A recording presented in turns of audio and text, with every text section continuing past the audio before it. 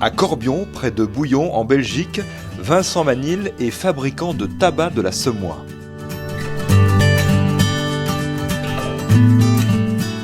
Vincent, avec quel plan vos mélanges sont-ils élaborés? Disons que nous, on a repris une fabrique de tabac il y a 23 ans et j'avais eu une recette d'Albert Cognassel et il m'avait dit que voilà, le semois seul, c'était bien, mais c'est mieux d'ajouter un tabac qui en fait le fait brûler convenablement. Parce que sa combustion n'est pas bonne, donc j'ai la même recette depuis 23 ans, j'emploie toujours la même recette. Et donc j'ajoute entre 10 et 15% d'un tabac étranger, je fais mon lit de semois, puis un lit de ce tabac étranger, puis le lit du semois, et puis voilà, tout passe dans le hachoir. Quelles sont les principales étapes de fabrication de ce tabac, Vincent Manil? On mouille le tabac, il faut le tremper. Moi je le trempe, c'est pas la vapeur d'eau, j'ai une grande citerne, je trempe entièrement mes bottes. Je mets l'équivalent d'un demi-seau d'eau, et je laisse égoutter pendant une journée et une nuit. Encore 2 fois de suite, enfin 2 fois pendant les 24 heures, je change mes bottes, je les retourne plusieurs fois pour que l'humidité soit bien constante dans toute la botte. Ensuite, le lendemain, je découpe. Donc, comme tu as vu, le hachoir, donc c'est un hachoir qui date de 1930 et qui a été créé ici à Corbion aussi par un certain René Pierret et qui me permet de faire 8 sortes de coupes si je veux. Bon, j'en ai déterminé 3, une coupe fine, une coupe moyenne et alors celle qui, pour les grands amateurs de pipe, c'est plus la grosse coupe, la brumeuse. Donc quand j'ai fini mes 3 sortes de coupes, quand j'ai fini de découper, eh bien comme je le fais aujourd'hui, je le torréfie. Donc c'est le même principe que le café. Donc j'ai un gros cylindre dans lequel je mets l'équivalent de 10 à 15 kg de tabac. Même ça fait même plus, mais humide, ça doit faire 18-20 kg. Et donc je mets dans le torréfacteur qui tourne environ 20-25 minutes. Il faut faire vraiment un feu doux, il faut vraiment faire attention. Tu as vu tantôt, si on rate une torréfaction, si on le laisse trop longtemps, le tabac il est grillé. Et là c'est fini, donc on perd 10 kilos.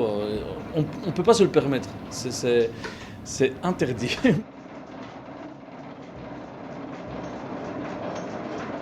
Vincent Manil, je reviens aux plants de tabac eux-mêmes. Quelle est la variété du semois? Ça pour les puristes c'est un peu difficile. Moi, de ce qu'on m'a expliqué, parce que je suis pas tombé dedans quand j'étais tout petit, moi on m'a dit que c'était des plants qui venaient du Kentucky. Bon, maintenant, il faut aller revoir il y a 150 ans quand Joseph Pierret a décidé de planter du tabac ici dans la vallée de la Semois. Mais je ne sais pas exactement. Combien de planteurs existent-ils encore et avec lesquels travailles-tu aujourd'hui, Vincent? Moi, je travaille avec André Robinet principalement. Et bon, en tout, eux, ils sont à 6 à travailler. Puis on a encore un autre à Franc, Michel Debar. Et donc, ça devient vraiment petit. Mais bon, ça reste encore quand même limite en suffisance pour nous, quoi. Vu qu'on est tout petit, on ne représente rien du tout dans le marché mondial du tabac, quoi. On n'est même plus dans les statistiques, rien du tout, c'est ridicule. Et le tabac que tu ajoutes au semois, alors, c'est top secret? Ah, ça c'est mon petit secret. Il y a un petit secret de fabrication. En fait, c'est le tabac que j'utilise également pour faire la fabrication de mes bouchons. C'est un tabac très fin, qui se consume très très bien, qui est vraiment magnifique, quoi. C'est vraiment du très très beau tabac. Le bouchon de semois, on le fume dans la pipe. Ah, le bouchon, c'est ma spécialité, hein. C'est unique au monde. Donc c'est pas moi qui l'ai inventé, hein. Donc ça a été fabriqué jusqu'à 30 ans. Et à 30 ans, l'usine qui a racheté l'usine d'Aigereux a décidé de mettre toutes les machines à la poubelle parce que bon, ce n'était pas rentable du tout. Et donc, moi j'ai retrouvé la machine, j'ai retrouvé il y a environ 8 ans. L'important pour fumer le bouchon, c'est d'abord d'humidifier un peu. On l'humidifie, ensuite on le dépose dans la pipe et on fait un quart de tour en poussant pour ne pas qu'il y ait d'air qui passe entre la pipe, entre le foyer et le bouchon. Ensuite on fait une petite incision en croix sur le dessus, on allume convenablement tout le rebord supérieur et puis après pendant 1h30, 2 heures, on fume ça tranquillement, quoi. Il y a vraiment, c'est très très doux, toute la chaleur est en dehors, c'est très très agréable. Concernant tes tabacs, Vincent, il existe 3 coupes disponibles, 3 coupes, une fine, une moyenne, une grosse. Est-ce que cela a un impact sur le goût du tabac lui-même?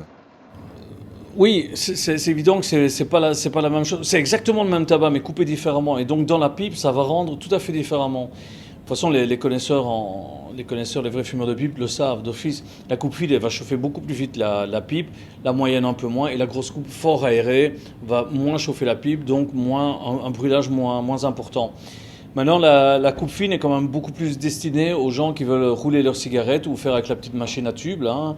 Et naturellement, la coupe moyenne, ça c'est une coupe spéciale pour la pipe. Et la grosse coupe, ça c'est vraiment pour les, je vais pas dire les amateurs, mais pour ceux qui aiment ce genre de coupe, c'est vraiment la coupe rêvée, quoi. C'est vraiment une belle grosse coupe et qui se consume et où il y a une combustion fort douce, fort légère. Ce qui est le problème, c'est que dans la grosse coupe, il faut souvent rallumer et il faut retasser un peu plus souvent sa pipe. Sauf pour ceux qui sont habitués, ils la tassent bien au début et voilà, quoi.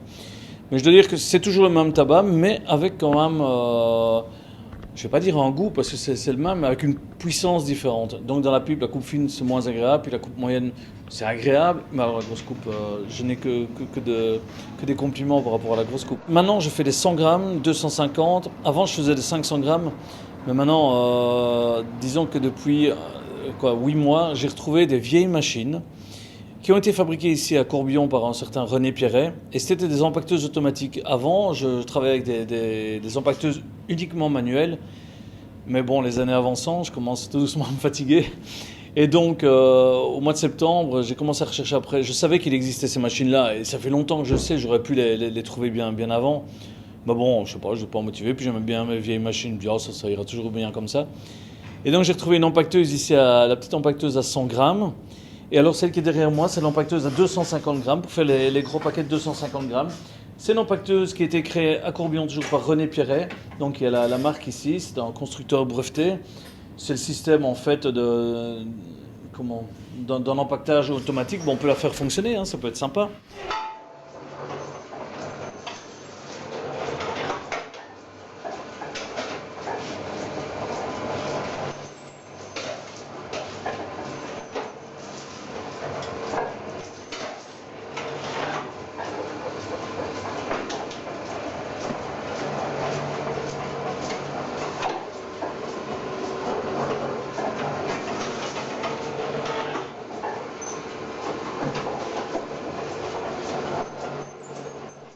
L'emballage se fait donc avec ces machines, on vient de le voir. En revanche, l'étiquetage, lui, est toujours 100% manuel.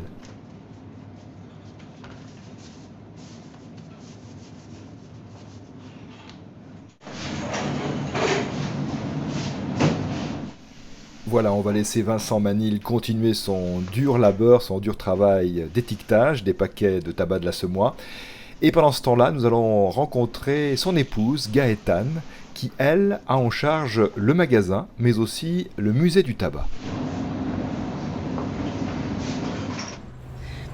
Voilà, c'est tout simplement un petit musée qu'on a créé au fur et à mesure de nos recherches et au fur et à mesure de nos promenades, parce qu'au départ, ça part d'une collection de brocantes. Donc, on faisait les brocantes, on ramassait tout ce qui correspondait un petit peu au tabac.